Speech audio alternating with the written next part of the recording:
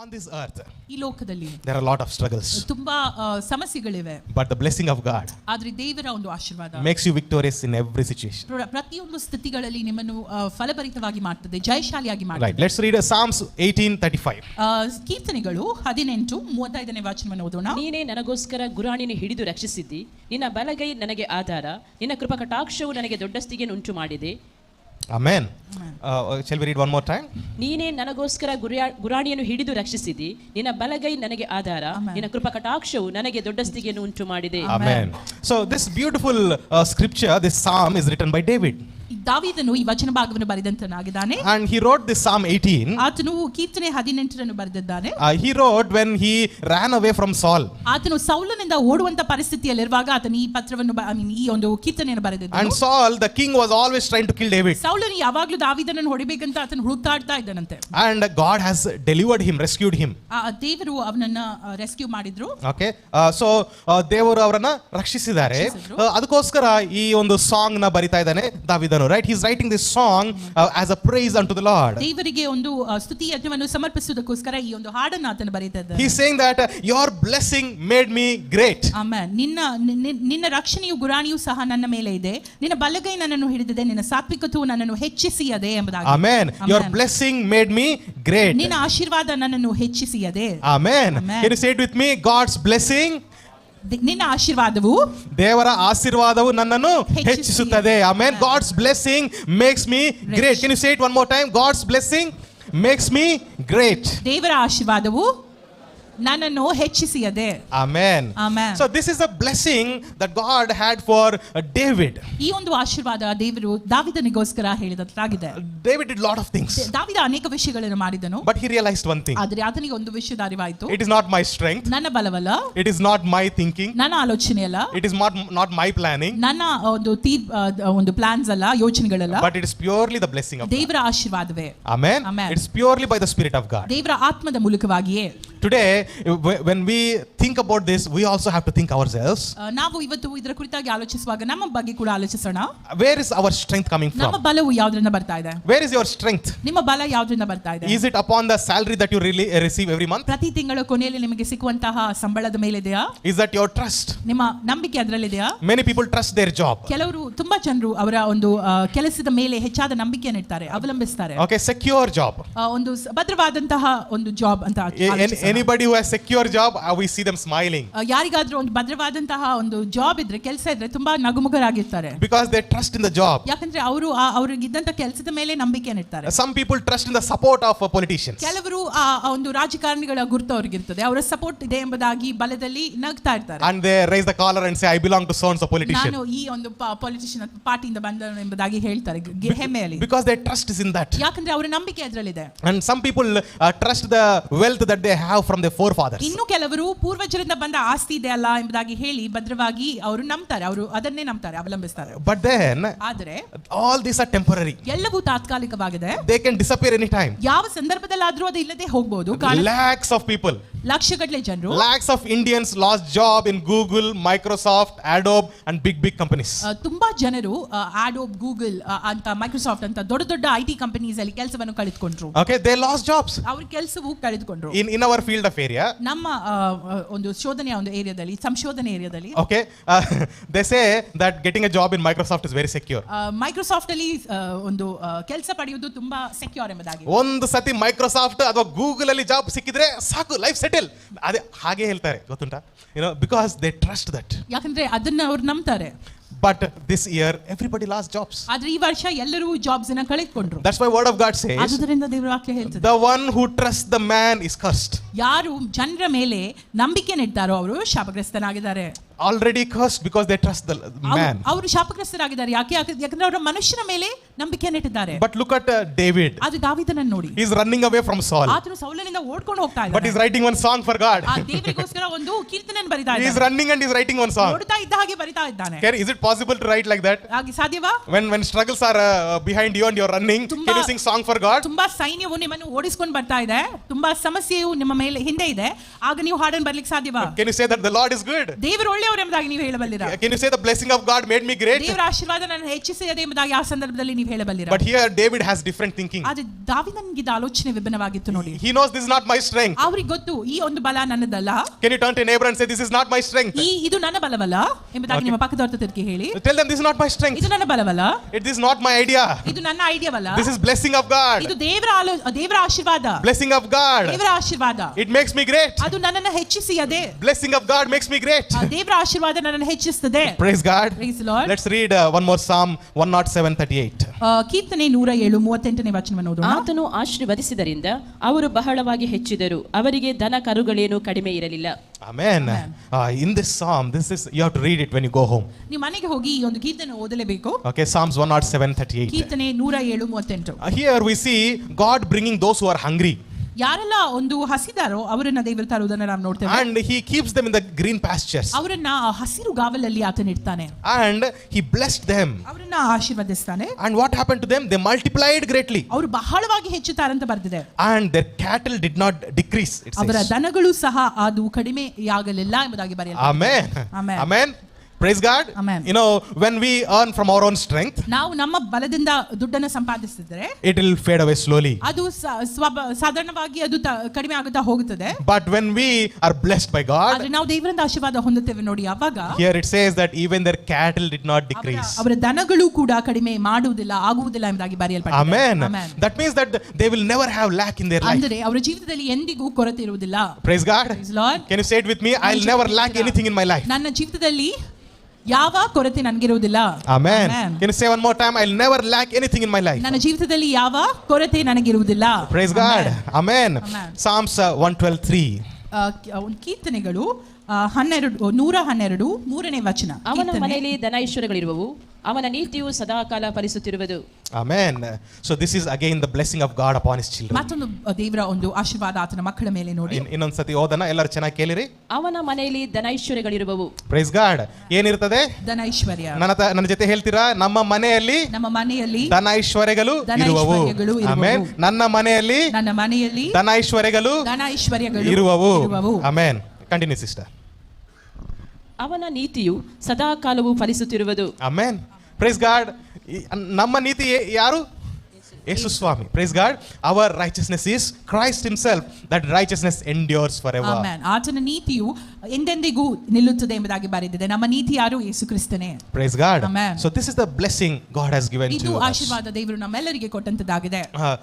In my college days, ನನ್ನ college ದಿನಗಳಲ್ಲಿ I faced one situation. ಒಂದು ಪರಿಸ್ಥಿತಿ ನಾನು ಎದುರಾದೆ. Almost for 2 years. 2 ವರ್ಷ I was also working there. ನಾನು ಅಲ್ಲಿ ಕೆಲಸ ಕೂಡ ಮಾಡ್ತಾ ಇದ್ದೆ. Okay, at the time there were situations that were where people were trying to find fault with me. ಆ ಸಂದರ್ಭದಲ್ಲಿ ಜನರು ಅವರಲ್ಲಿ ಫಾಲ್ಟ್ ಅನ್ನು ಫೈಂಡ್ ಔಟ್ ಮಾಡ್ತಿದ್ರು, ಎಲ್ಲಿ ತಪ್ಪು ಮಾಡ್ತಾನೆ ಎಂಬುದಾಗಿ ಕಾಯ್ಕೊಂಡಿರ್ತಾರೆ. So my boss assigned one person just for this work. ಅವರ ಬಾಸ್ ಒಂದು ಜನರನ್ನು ಇಟ್ಟಿದ್ರಂತೆ ಜಸ್ಟ್ ನೋಡ್ಲಿಕ್ಕೆ ಅವರು ಎಲ್ಲೆಲ್ಲಿ ತಪ್ಪು ಮಾಡ್ತಾರೆ ಎಂಬುದಾಗಿ. He was paying him salary only for this work. ಈ ಅವನನ್ನ ಇಟ್ಟು ಅವನಿಗೆ ಸಂಬಳ ಕೊಡ್ತಿದ್ರಂತೆ, ಇವನಲ್ಲಿ ತಪ್ಪನ್ನ ನೀವು ಹುಡುಕಿರಿ ಎಂಬುದಾಗಿ. Many times I wondered why this fellow is there working with us. ನಾನು ಆಲೋಚಿಸಿದೆ, ಅಲ್ಲವೂ ಬಾರಿ ಮನುಷ್ಯ ಯಾಕೆ ನಮ್ಮ ಜೊತೆ ಕೆಲಸ ಮಾಡ್ತಾನೆ? Because he doesn't know the subject, he doesn't know work, he doesn't know anything. ಅವನಿಗೆ ಕೆಲಸ ಬರ್ತಿರಲಿಲ್ಲ, ಆ ಸಬ್ಜೆಕ್ಟ್ ಅರಿವು ಕೂಡ ಆತನಿಗೆ ಇರಲಿಲ್ಲ, ಆದ್ರೆ ನಮ್ಮ ಜೊತೆ ಇರ್ತಿದ್ದ. But later I came to know. ಮತ್ತೆ ನನಗೆ ತಿಳಿಲಿಕ್ಕೆ ಬಂತು. Whenever we go out, he used to take photo. ನಾವೆಲ್ಲ ಹೊರಗೆ ಹೋದಾಗ ಲ್ಯಾಬ್ ಇಂದ ಅವನು ಫೋಟೋ ತೆಗಿತಾ ಇದ್ದ. Whenever we sleep little bit like that, he used to take video. ನಾವು ಸ್ವಲ್ಪ ರಿಲ್ಯಾಕ್ಸ್ ಮಾಡಿ ಹೀಗೆ ಮಲಗಿದಾಗ ಆತನ ವಿಡಿಯೋ ತೆಗಿತಾ ಇದ್ದ. Whatever we do, the information will go to the boss. ನಾವೇನ್ ಮಾಡಿದ್ರು ಕೂಡ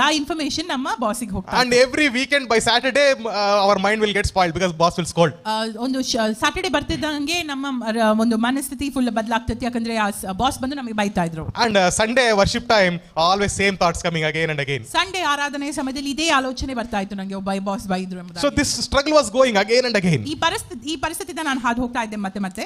That time I sat in the morning prayer. ಆಗ ಮಾರ್ನಿಂಗ್ ಪ್ರೇಯರ್ ಅಲ್ಲಿ ನಾನು ಕೂತಿದ್ದೆ ಬೆಳಿಗ್ಗೆ. So I went to the church and I was praying and asking God. ನಾನು ಸಭೆಗೆ ಹೋಗಿ ಮುಂಜಾನೆ ಪ್ರಾರ್ಥನೆಯಲ್ಲಿ ಭಾಗವಹಿಸಿದೆ, ದೇವರಲ್ಲಿ ಕೇಳ್ಕೊಂಡೆ. Already I was fully burdened. ನಾನು ಆಗ್ಲೇ ತುಂಬಾ ಹೃದಯ ನಂದು ಭಾರವಾಗಿತ್ತು. I came to one decision. ನಾನೊಂದು ತೀರ್ಪಿಗೆ ಬಂದೆ. Lord, you remove this problem or I will go back. ನೀವು ಈ ಒಂದು ಸಮಸ್ಯೆ ನನ್ನಿಂದ ತೆಗೀರಿ, ಇಲ್ಲದ್ರೆ ನಾನು ವಾಪಸ್ ಹೋಗ್ತೇನೆ, ನಾನು ಹೋಗ್ತೇನೆ, ಆಂಧ್ರಕ್ಕೆ ಹೋಗ್ತೇನೆ ಅಂತಿದ್ದೆ. Okay, I was like that. ನಾನು ಆ ರೀತಿಯಲ್ಲಿ ಯೋಚಿಸಿದೆ. And I was crying and asking God. ನಾನು ದೇವರಲ್ಲಿ ಅಳ್ಕೊಂಡು ಪ್ರಾರ್ಥಿಸಿದೆ. The first day I went to that morning prayer. ಮುಂಜಾನೆ ಪ್ರಾರ್ಥನೆಗೆ ನಾನು ಮೊದಲನೇ ದಿನ ಹೋದೆ.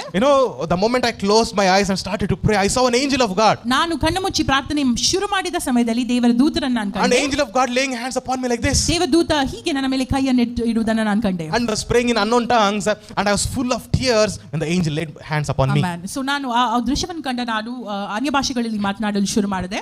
Okay, and the word of God says, ದೇವರ ವಾಕ್ಯ ಹೇಳ್ತದೆ, whenever the apostles or even Jesus Christ ಅಪೊಸ್ತಲರು ಅಥವಾ ಯೇಸು ಸ್ವಾಮಿ ಕೂಡ were going through some ಅವರು situation, ಯಾವ ಪರಿಸ್ಥಿತಿಯಿಂದ ಹಾದು ಹೋಗ್ತಾ ಇರುವಾಗ the word of God said God sent his angel and strengthened them. ದೇವರ ವಾಕ್ಯ ಹೇಳ್ತದೆ, ದೇವರು ದೂತರನ್ನು ಕಳಿಸಿ ಅವರನ್ನು ಬಲಪಡಿಸಿದ್ರು ಎಂಬುದಾಗಿ. So I saw vision like that. ನಾನು ಆ ರೀತಿಯಾದಂತ ದರ್ಶನವನ್ನು ಕಂಡೆ. So I started to pray. ನಾನು ಪ್ರಾರ್ಥಿಸಲು ಶುರು ಮಾಡಿದೆ. I believed God has given me authority in my tongue. ದೇವರು ನನಗೆ ಅಧಿಕಾರವನ್ನು ಕೊಟ್ಟಿದ್ದಾರೆ ನನ್ನ ನಾಲಿಗೆಯಲ್ಲಿ ಎಂಬುದಾಗಿ ನಾನು ಖಂಡಿತವಾಗಿ ನಂಬಿದೆ. I started to break every work of the devil in Jesus name. ಸೈತಾನನ ಎಲ್ಲ ಕಾರ್ಯವನ್ನು ಯೇಸು ಸ್ವಾಮಿ ನಾಮದಲ್ಲಿ ಲಯ ಮಾಡಲು ಶುರು ಮಾಡಿದೆ. And one day the vision was like a face to face battle with some demonic power.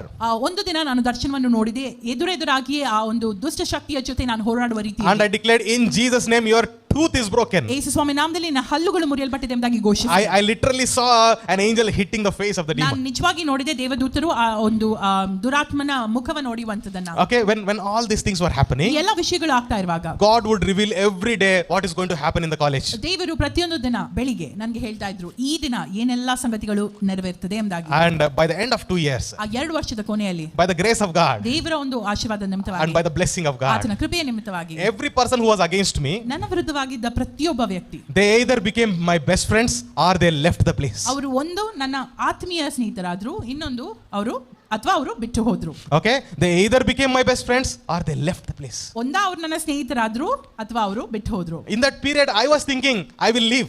ಆ ಸಂದರ್ಭದಲ್ಲಿ ನಾನು ಯೋಚಿಸ್ತಾ ಇದ್ದೆ, ಅದಕ್ಕಿಂತ ಮುಂಚೆ ನಾನು ಹೋಗ್ತೇನೆ ಎಂಬುದಾಗಿ. If I had left like that, ನಾನು ಆ ರೀತಿ ಬಿಟ್ಟು ಹೋಗ್ತಾ ಇದ್ರೆ I wouldn't be standing here like ನಾನು this. ಇಲ್ಲಿ ನಿಮ್ಮ ಮಧ್ಯದಲ್ಲಿ ಇರ್ತಾ ಇರಲಿಲ್ಲ. There was a period of struggle. ಸ್ವಲ್ಪ ಸಮಯ ನಾನು ಕಷ್ಟದಿಂದ ಹಾದು ಹೋಗಬೇಕಾಗಿತ್ತು. The morning may last for the night but joy comes in the morning. ದುಃಖವು ಸ್ವಲ್ಪ ಕಾಲ, ಆದರೆ ಮುಂಜಾನೆ ಆಗುತ್ತಿದ್ದಂತೆ ದೇವರ ನಮ್ಮ ಹರ್ಷ ಧ್ವನಿ ಕೇಳಿಸುವುದು ಎಂಬುದಾಗಿ. Praise God. Amen. This is the blessing of God. ಇದು ದೇವರ ಆಶೀರ್ವಾದ. So that's why Isaiah writes like this. ಯೆಶಾಯನು ಈ ರೀತಿಯಾಗಿ ಬರೆದಿದ್ದಾನೆ. Isaiah 54:17 says, ಯೆಶಾಯ 54:17 ಬರೆಯಲ್ಪಟ್ಟಿದೆ, ನಿನ್ನನ್ನು ಎದುರಿಸಲು ಕಲ್ಪಿಸಿದ ಯಾವ ಆಯುಧವು ಜಯಿಸದು. Amen. Amen. Continue. ನ್ಯಾಯ ವಿಚಾರಣೆಯಲ್ಲಿ ನಿನಗೆ ವಿರುದ್ಧವಾಗಿ ಏಳುವ ಪ್ರತಿಯೊಂದು ನಾಲಿಗೆಯನ್ನು ದೋಷಿ ಎಂದು ನೀನು ಖಂಡಿಸುವಿ. ಈ ಸ್ಥಿತಿಯೇ ಯೆಹೋವನ ಸೇವಕರ ಸ್ವಾಸ್ಥ್ಯವು ನಾನು ದಯಪಾಲಿಸುವ ಸಧರ್ಮ ಫಲವೂ ಆಗಿದೆ ಎಂದು ಯೆಹೋವನು ಅನ್ನುತ್ತಾನೆ. Amen. Praise the Lord. See the blessing God has put in our life. ದೇವರು ನಮ್ಮ ಮೇಲೆ ಇಟ್ಟ ಆಶೀರ್ವಾದ ನೋಡಿ. No weapon formed against you shall prosper. ನಿನಗೆ ವಿರೋಧವಾಗಿ ರೂಪಿಸಲ್ಪಟ್ಟ ಯಾವ ಆಯುಧವು ಸಫಲವಾಗುವುದಿಲ್ಲ. Amen. Can you say it with me? No weapon formed against me shall prosper. ನನಗೆ ವಿರೋಧವಾಗಿ ರೂಪಿಸಲ್ಪಟ್ಟ ಯಾವ ಆಯುಧವು ಸಫಲವಾಗುವುದಿಲ್ಲ, ಜಯಿಸುವುದಿಲ್ಲ. Praise the Lord. It also says that every tongue that raises against you, you will judge that tongue. Amen. ನಿನಗೆ ವಿರೋಧವಾಗಿ ನಿಂತುಕೊಳ್ಳುವ ಪ್ರತಿಯೊಂದು ನಾಲಿಗೆಯನ್ನು ನ್ಯಾಯ ತೀರ್ಪಿನಲ್ಲಿ ನೀನು ಖಂಡಿಸುವಿ. Amen. What do we do? ನಾವೇನ್ ಮಾಡ್ತೇವೆ? Every tongue that raises against us, ನಮ್ಮ ಕುರಿತಾಗಿ ಯಾವುದೆಲ್ಲ ನಾಲಿಗೆಯು ಎಬ್ಬಿಸಲ್ಪಟ್ಟಿದೆಯೋ ನಮ್ಮ ವಿರುದ್ಧವಾಗಿ we judge that. ಅದನ್ನ ನಾವು ನ್ಯಾಯ ತೀರ್ಪಿನಲ್ಲಿ ಖಂಡಿಸುವೆವು. Praise God. Amen. This is what happened in my life. ನನ್ನ ಜೀವಿತದಲ್ಲಿ ಕೂಡ ಇದೇ ಆಯ್ತು. Whoever raised against me, ಯಾರೆಲ್ಲ ನನಗೆ ವಿರುದ್ಧವಾಗಿ ಬಂದ್ರು, they either became my friends or they left. ಒಂದು ಅವರು ನನ್ನ ಆತ್ಮೀಯರಾದ್ರು ಅಥವಾ ಅವರು ಆ ವ್ಯವಸ್ಥೆಯನ್ನು ಬಿಟ್ಟು ಹೋದ್ರು. But it is not because, ಆದ್ರೆ ಅದು ವಿಕಾಸ್ ಅಲ್ಲ. it is not because who did this. Vikas ಈ ರೀತಿಯಾಗಿ ಮಾಡಿಲ್ಲ. It is the blessing of God. ದೇವರ ಆಶೀರ್ವಾದವೇ ಅದು. Praise the Lord. Amen. This blessing is upon all of us. ಎಲ್ಲ ಆಶೀರ್ವಾದ ನಮ್ಮ ಮೇಲೆ ಇದೆ. That the no weapon formed against you shall prosper. ಯಾವ ಆಯುಧವು ಫಲಿಸುವುದಿಲ್ಲ, ನಿಮಗೆ ವಿರುದ್ಧವಾಗಿ ಎದ್ದ ಯಾವ ಆಯುಧವು ಫಲಿಸುವುದಿಲ್ಲ. And whoever tries to do anything against you, it will backfire on them. ಯಾರೆಲ್ಲ ನಿಮ್ಮ ವಿರುದ್ಧವಾಗಿ ಏನೆಲ್ಲ ಮಾತನಾಡ್ತಾರೋ ಅಥವಾ ಏನೆಲ್ಲ ಆಯುಧ ಇಟ್ಕೊಂಡು ಬರ್ತಾರೋ ಅದು ಅವರ ಮೇಲೆ ದಾಳಿ ನಡೆಸುತ್ತೆ. Even if it is like some demonic power or witchcraft, anything that they are trying to do against you, it will backfire on them. ಯಾವುದಾದ್ರೂ ಮಾಟಮಂತ್ರ ಶಕ್ತಿ ಏನಾದ್ರೂ ಅವರು ನಿಮ್ಮ ಮೇಲೆ ಮಾಡಲು ಯತ್ನಿಸಿದ್ರು ಕೂಡ ಅದು ನಿಮ್ಮನ್ನು ಮುಟ್ಟುವುದಿಲ್ಲ, ಬಟ್ ಅವರಿಗೆ ಬ್ಯಾಕ್ ಫೈರ್ ಆಗುತ್ತೆ. Amen. ನಿಮ್ಮ ಹತ್ತಿರ ಕೂಡ ಅದು ಬರೋದಿಲ್ಲ. Praise the Lord. Hallelujah. Why? Because you are blessed by the Lord. ಯಾಕಂದ್ರೆ ನೀವೆಲ್ಲರೂ ದೇವರಿಂದ ಆಶೀರ್ವಾದ ಹೊಂದಿದ್ದೀರಾ. There is no power greater than Holy Spirit power. ಪವಿತ್ರಾತ್ಮನ ಶಕ್ತಿಗಿಂತ ಇನ್ಯಾವ ಶಕ್ತಿ ಇಲ್ಲ. Is that right? ಸರಿಯಾ? There is no power greater than Holy Spirit power. ಪವಿತ್ರಾತ್ಮನ ಶಕ್ತಿಗಿಂತ ಮಿಗಿಲಾದದ್ದು ಯಾವ ಶಕ್ತಿಯೂ ಇಲ್ಲ.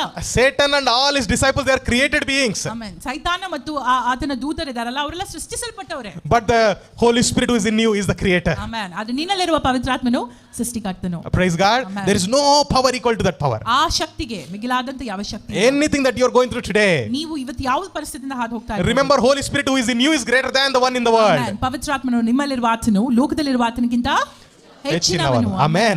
Paul writes very boldly like this. ಪೌಲನು ಈ ರೀತಿಯಾಗಿ ಧೈರ್ಯದಿಂದ ಬರೀತಾನೆ. Romans 8:28. ರೋಮಾಪುರ 8:22 ಇದಲ್ಲದೆ ದೇವರ ಸಂಕಲ್ಪದ ಮೇರೆಗೆ ಕರೆಯಲ್ಪಟ್ಟು ಆತನನ್ನು ಪ್ರೀತಿಸುವವರ ಹಿತಕ್ಕಾಗಿ ಎಲ್ಲಾ ಕಾರ್ಯಗಳು ಅನುಕೂಲವಾಗುತ್ತವೆ ಎಂದು ನಮಗೆ ಗೊತ್ತದೆ. Amen. So Paul writes this very boldly. ಪೌಲನು ಈ ರೀತಿಯಾಗಿ ಧೈರ್ಯದಿಂದ ಈ ವಾಕ್ಯವನ್ನು ಬರೆಯುತ್ತಾನೆ. And we have to remember this. ಇದನ್ನು ನಾವು ನಂಬಬೇಕು. In all things. ಎಲ್ಲ ವಿಷಯದಲ್ಲಿ. All things. ಎಲ್ಲ ವಿಷಯದಲ್ಲಿ. Can you say it with me? All things. ಎಲ್ಲ ವಿಷಯಗಳಲ್ಲಿ. All things work for our good. ಎಲ್ಲ ವಿಷಯವು ನನಗೆ ಒಳ್ಳೆಯ ರೀತಿಯಾಗಿ ಪರಿಣಮಿಸುತ್ತದೆ. Amen. ನಮಗೆ ಅನುಕೂಲವಾಗಿ ಆಗ್ತದಂತೆ. Praise God. Can we say it one more time? All things work for our good. ಎಲ್ಲವೂ ನನ್ನ ಅನುಕೂಲಕ್ಕೆ ತಕ್ಕ ಹಾಗೆ ನಡೆಯುತ್ತದೆ. Praise the Lord. Amen. Why? Because God loves us and we love God. Amen. ಯಾಕಂದ್ರೆ ನಾವು ದೇವರನ್ನು ಪ್ರೀತಿಸುತ್ತೇವೆ ಮತ್ತು ದೇವರು ನಮ್ಮನ್ನು ಪ್ರೀತಿಸುತ್ತಾನೆ. He is inside of us. His blessing is upon us. ಆತನು ನಮ್ಮ ಒಳಗಿದ್ದಾನೆ, ಆತನ ಆಶೀರ್ವಾದ ನಮ್ಮ ಮೇಲಿದೆ. See, prophet Isaiah says that no weapon formed against you shall prosper. ಪ್ರವಾದಿ ಆದಂತ ಈಶಾನ್ಯನು ಹೇಳ್ತಾನೆ, ನಿನಗೆ ವಿರುದ್ಧವಾಗಿ ಯಾವುದು ಆಯುಧವು ಫಲಿಸುವುದಿಲ್ಲ. And Paul says very clearly that everything will work for our good. ಪೌಲನು ಹೇಳ್ತಾನೆ, ಎಲ್ಲವೂ ನಿಮ್ಮ ಒಳಿತಿಗಾಗಿ ನಡೆಯುತ್ತದೆ. Anything. ಯಾವುದು ಕೂಡ. Praise God. Let's read Romans 11:29. Okay. Just 2-3 verses and we'll pray. 2-3 ವಚನಗಳನ್ನು ಓದಿ ಪ್ರಾರ್ಥಿಸುವವರಾಗೋಣ. ರೋಮಾಪುರ 11:29. ದೇವರು ವರಗಳನ್ನು ಅನುಗ್ರಹಿಸಿದಕ್ಕೂ ಜನರನ್ನು ಕರೆದದ್ದಕ್ಕೂ ಪಶ್ಚಾತ್ತಾಪ ಪಡುವವನಲ್ಲ. Amen. See, this is God's promise on our behalf. ಇದು ದೇವರ ಒಂದು ವಾಕ್ಯವಾಗಿದೆ ನಮ್ಮೆಲ್ಲರಿಗೋಸ್ಕರ, ಆತನ ಆಶೀರ್ವಾದವಾಗಿದೆ. And God is saying that he will not repent for blessing and calling us. ದೇವರು ದಾನಗಳಿಗೂ ಕರೆಯುವಿಕೆಗೂ ಪಶ್ಚಾತ್ತಾಪವಿಲ್ಲದವುಗಳಾಗುವುದಿಲ್ಲ ಎಂಬುದಾಗಿ ಬರೆಯಲ್ಪಟ್ಟಿದೆ. What is the meaning of that? ಅದರ ಅರ್ಥವೇನು? God has called us. ದೇವರು ನಮ್ಮನ್ನು ಕರೆದಿದ್ದಾನೆ. And God has blessed us. Amen. ದೇವರು ನಮ್ಮನ್ನು ಆಶೀರ್ವದಿಸಿದ್ದಾನೆ. And he will not take it away. ಅದನ್ನು ಆತನು ನಮ್ಮಿಂದ ತೆಗೆದುಕೊಳ್ಳುವುದಿಲ್ಲ, ತೆಗೆದು ಹಾಕುವುದಿಲ್ಲ ವಾಪಸ್. Praise God. Because he has blessed us, forever we are blessed. Amen. ಆತನು ನಮ್ಮನ್ನು ಆಶೀರ್ವದಿಸಿದ್ದಾನೆ, ನಿರಂತರಕ್ಕೂ ನಾವು ಆಶೀರ್ವಾದಿಸಲ್ಪಟ್ಟಿದ್ದೇವೆ. Praise the Lord. Amen. Forever we are blessed. ನಿರಂತರಕ್ಕೂ ನಾವು ಆಶೀರ್ವಾದಿಸಲ್ಪಟ್ಟಿದ್ದೇವೆ. How are we blessed? ಹೇಗೆ ನಾವು We are blessed with every spiritual blessing. ಪ್ರತಿಯೊಂದು ಆತ್ಮಿಕವಾದಂತ ಆಶೀರ್ವಾದವನ್ನು ನಾವು ಹೊಂದಿದ್ದೇವೆ. Every blessing that is under the heaven is upon us. ಈ ಲೋಕದಲ್ಲಿರುವಂತಹ ಪ್ರತಿಯೊಂದು ಆಶೀರ್ವಾದ, ಸ್ವರ್ಗದಲ್ಲಿರುವಂತಹ ಪ್ರತಿಯೊಂದು ಆಶೀರ್ವಾದ ನಮ್ಮ ಪಾಲಾಗಿದೆ. Ephesians 1:3 says, ಎಫೆಸಿಯ 1:3 ಬರೆಯಲ್ಪಟ್ಟಿದೆ, ನಮ್ಮ ಕರ್ತನಾದ ಯೇಸು ಕ್ರಿಸ್ತನ ದೇವರು ತಂದೆಯೂ ಆಗಿರುವ ಆತನಿಗೆ ಸ್ತೋತ್ರ. ಆತನು ಪರಲೋಕದಲ್ಲಿನ ಸಕಲ ಆತ್ಮೀಯ ವರಗಳನ್ನು ನಮಗೆ ಕ್ರಿಸ್ತ ಯೇಸುವಿನಲ್ಲಿ ಅನುಗ್ರಹಿಸಿದ್ದಾನೆ. Amen. Every blessing under the heaven. Amen. ಕರ್ತನಾದ ಯೇಸು ಕ್ರಿಸ್ತನ ನಾವು ನೋಡಿದರೆ ಪರಲೋಕದಲ್ಲಿ ಸಕಲ ಆತ್ಮೀಯ ಆಶೀರ್ವಾದ ನಮ್ಮ ಕ್ರಿಸ್ತನು ನಮಗೆ ಅನುಗ್ರಹಿಸಿದ್ದಾನೆ ಎಂಬುದಾಗಿ. What is spiritual blessing means? ಆತ್ಮಿಕವಾದ ಆಶೀರ್ವಾದ ಅಂದ್ರೆ ಏನು? We are spiritual beings, right? ನಾವೆಲ್ಲರೂ ಆತ್ಮಿಕ ಜೀವಿಗಳೇ. Okay, if I say Vikas, ನಾನು ಹೇಳಿದ್ರೆ ವಿಕಾಸ್ ಎಂಬುದಾಗಿ, I am a spirit. ನಾನು ಒಂದು ಆತ್ಮ. And I am living in this body. ನಾನು ಈ ದೇಹದಲ್ಲಿ ಜೀವಿಸ್ತಾ ಇದ್ದೇನೆ. And I have a soul. ನನಗೆ ಒಂದು ಮನಸ್ಸು ಇದೆ. Okay, ಅದವಾ ಪ್ರಾಣ, ಮನಸ್ಸು ಅದವಾ ಪ್ರಾಣವಿದೆ. Praise the Lord. We are spiritual beings. ನಾವೆಲ್ಲ ಆತ್ಮಿಕ ಜೀವಿಗಳು. And our salvation is spiritual. ನಮ್ಮ ರಕ್ಷಣೆ ಆತ್ಮಿಕ. Our enemy is also spiritual. ನಮ್ಮ ಶತ್ರು ಕೂಡ spiritual, ಆತ್ಮಿಕವಾದವನು. Okay, our God is spiritual. ನಮ್ಮ ದೇವರು ಆತ್ಮಿಕರು. Our blessing is also spiritual. ನಮ್ಮ ಆಶೀರ್ವಾದ ಕೂಡ ಆತ್ಮಿಕವಾದದ್ದು. Praise the Lord. Praise the Lord. That's the meaning of spiritual blessing. ಅದೇ ಆತ್ಮಿಕ ಆಶೀರ್ವಾದದ ಅರ್ಥ. We are spiritual beings. ನಾವೆಲ್ಲರೂ ಆತ್ಮಿಕ ಜೀವಿಗಳು. And we are blessed spiritually. ನಾವು ಆತ್ಮಿಕವಾಗಿ ಆಶೀರ್ವಾದ ಹೊಂದಿದ್ದೇವೆ. Is that the meaning is God doesn't care about the body? ದೇವರು ದೇಹದ ಬಗ್ಗೆ ಆಲೋಚಿಸ್ತಾ ಇಲ್ಲ ಎಂಬುದಾಗಿ ಇದರ ಅರ್ಥವಾ? That's not the meaning. ಅದು ಅದರ The ಅರ್ಥವಲ್ಲ. meaning is that because everything happens in the spiritual realm first. ಎಲ್ಲವೂ ಆತ್ಮಿಕ ವಲಯದಲ್ಲಿ ಮೊದಲು ನಡೆಯುತ್ತದೆ ಎಂಬುದಾಗಿ ಇದರ ಅರ್ಥ. Praise the Lord. Praise the Lord. Everything happens in the spiritual realm first. ಎಲ್ಲವೂ ಆತ್ಮಿಕ ವಲಯದಲ್ಲಿ ಮೊದಲು ನಡೆಯುತ್ತದೆ. Our salvation spiritual. ನಮ್ಮ ಒಂದು ರಕ್ಷಣೆ ಆತ್ಮಿಕ. Because it is spiritual. ಅದು ಆತ್ಮಿಕವಾದದ್ದರಿಂದ we are experiencing blessing physically. ನಾವು ಶಾರೀರಿಕ ವಲಯದಲ್ಲಿ ಆಶೀರ್ವಾದವನ್ನು ಅನುಭವಿಸ್ತಾ ಇದ್ದೇವೆ. Sin is spiritual. ಪಾಪವು ಆತ್ಮಿಕ. Death is physical. ಮರಣವು ಶಾರೀರಿಕ. Every situation in your life, God's blessing is already upon us. ನಿಮ್ಮ ಜೀವಿತದಲ್ಲಿರುವಂತಹ ಪ್ರತಿಯೊಂದು ಪರಿಸ್ಥಿತಿ ಮೇಲೆ ದೇವರ ಆಶೀರ್ವಾದವಿದೆ. How do we receive this? ನಾವು ಇದನ್ನು ಹೇಗೆ ಸ್ವೀಕರಿಸ್ತೇವೆ? We receive it by faith. ನಂಬಿಕೆಯಲ್ಲಿ ಸ್ವೀಕರಿಸ್ತೇವೆ. And we receive it by thanksgiving. ಸ್ತೋತ್ರವನ್ನು ಅರ್ಪಿಸಿ ನಾವು ಇದನ್ನು ಸ್ವೀಕರಿಸ್ತೇವೆ. Every time Jesus multiplied the bread and the fish. ಯೇಸು ಸ್ವಾಮಿ ಪ್ರತಿಯೊಂದು ಸಂದರ್ಭದಲ್ಲಿ ಅದ್ಭುತ ಕಾರ್ಯ ಮಾಡಿದ್ರಲ್ಲ, ರೊಟ್ಟಿಯನ್ನು ಹೆಚ್ಚಿಸುವುದು, ಮೀನನ್ನು ಹೆಚ್ಚಿಸುವುದು. Okay, what did he do? ಆತನೇನ್ ಮಾಡಿದ? He gave thanks to the Lord. ದೇವರಿಗೆ ಸ್ತೋತ್ರವನ್ನು ಹೇಳಿ. When he raised the Lazarus from the dead, ಲಾಜರಸನ ಆತನು ಮರಣದಿಂದ ಎಬ್ಬಿಸಿದಾಗ what did he do? ಆತನೇನ್ ಮಾಡಿದ? He gave thanks to the Lord. ತಂದೆ ದೇವರಿಗೆ ಸ್ತೋತ್ರ ಹೇಳಿದ. When he healed the sick, ಆತನು ರೋಗಿಗಳನ್ನು ಸ್ವಸ್ಥ ಮಾಡಿದಾಗ he released the word and thanked the Lord. ಆತನು ವಾಕ್ಯವನ್ನು ಬಿಡುಗಡೆ ಮಾಡಿ ದೇವರಿಗೆ ಸ್ತೋತ್ರ ಹೇಳಿದ. Praise the Lord. Praise the Lord. You know, by thanksgiving and faith, ನಾವು ನಂಬಿಕೆಯಲ್ಲಿ ಮತ್ತು ಸ್ತೋತ್ರವನ್ನು ಅರ್ಪಿಸುವುದರ ಮೂಲಕ we live in the blessing of ನಾವು God. ದೇವರ ಆಶೀರ್ವಾದದಲ್ಲಿ ಜೀವಿಸಲು ಸಾಧ್ಯ.